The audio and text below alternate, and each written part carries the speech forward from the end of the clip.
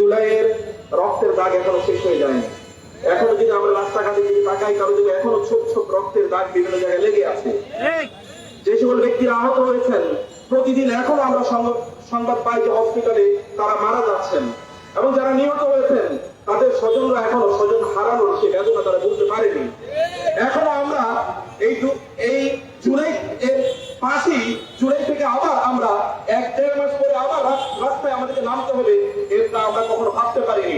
আমরা বলেছিলাম আমাদেরকে যেন আবার রাস্তায় নামতে না হয়, তো এদিকে জনতাকে যেন আবার রাস্তায় নামতে না হয়, কিন্তু আমাদেরকে দুর্ভাগ্যজনক ভাবে 1.5 মাসের মাথায় আবার রাস্তায় নামতে হয়েছে। আমরা আজকে কেন এখানে একত্রিত হয়েছি আপনারা জানেন।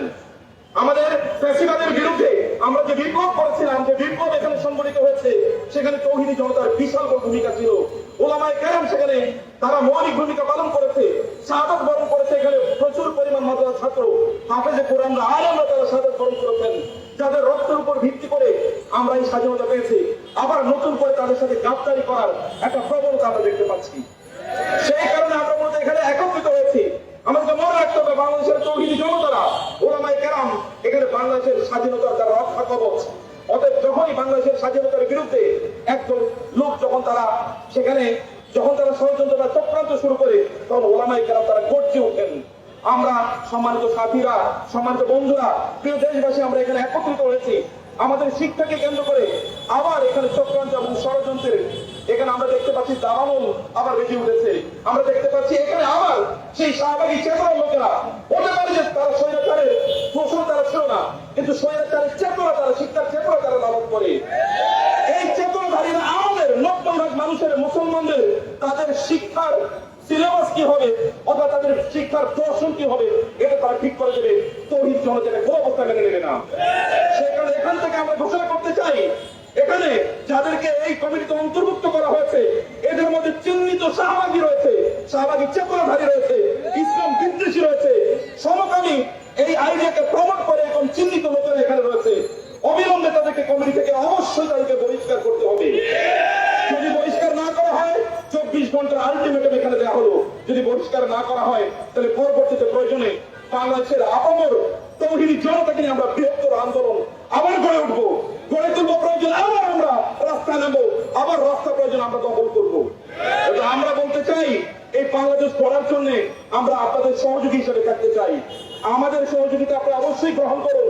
আলেমদেরকে, অথবা যারা ইসলাম বুঝে, যারা শিক্ষা বুঝে, এরকম রাখাল রাহার এখানে শিক্ষার কি বুঝে, তাদের চেয়ে বড় শিক্ষাবিদ এখানে রয়েছে।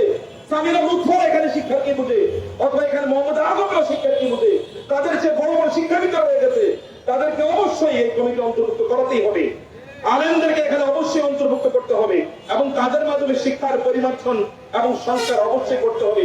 আমরা জানি এই কমিটিতে একজন দিনদার এবং আল্লাহর একজন লোক রয়েছেন, কিন্তু তার বিরুদ্ধে চক্রান্ত করা হচ্ছে যেন তাকে সেখান থেকে সরানো হয়।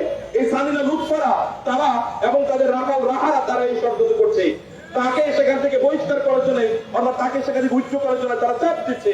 আমরা বলতে চাই, বাংলাদেশের তৌহিদি জনতার অত্যন্ত সজাগ এবং সচেতন। একটা 16 বছরের একটা স্বৈরাচারকে কিভাবে পতন করেছে তা আপনারা দেখতে পান নাই।